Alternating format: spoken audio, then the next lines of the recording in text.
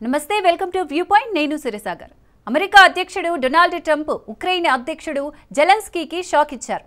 Putin ప్రభుత్వానికి అనుకూలంగా ఉన్న రష్యా ఉక్రెయిన్ శాంతి ప్రణాళికను చడీ చప్పుడు లేకుండా ఆమోదించారు. ఈ మేరకు అంతర్జాతీయ మీడియా కథనం వెల్లడించింది. 3 సంవత్సరాలుగా కొనసాగుతున్న రష్యా ఉక్రెయిన్ యుద్ధానికి ముగింపు పలికేందుకు 28 పాయింట్లతో ఒక ప్లాన్ సిద్ధం చేశారు.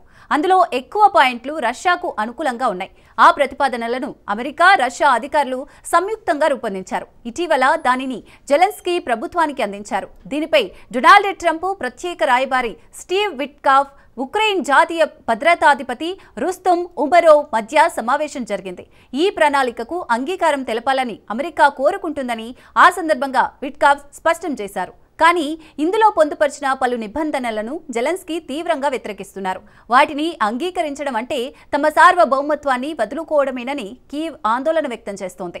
మిత్రదేశం నిరాకరిస్తున్న ట్రంప్ మాత్రం దానికి మద్దతు తెలిపారని ఈ కథనం పేర్కొంది. ఆ ప్లాన్ ప్రకారం ఉక్రెయిన్ తూర్పు డాన్బాస్లో ఇప్పటికే తమ నియంత్రణలో ఉన్న ప్రాంతాలతో పాటు మిగిలిన ప్రాంతాన్ని రష్యాకు అప్పగించాలి. ఉక్రెయిన్ తన సైనిక బలాన్ని సగానికి సగం తగ్గించుకోవాలి. అలాగే ఆ దేశ రక్షణకు కీలకమైన అమెరికా సైనిక సహాయాన్ని ఉపసంహరించుకోవాలి. ఉక్రెయిన్ గడ్డపై విదేశీ బలగాలకు అనుమతి ఉండకూడదు.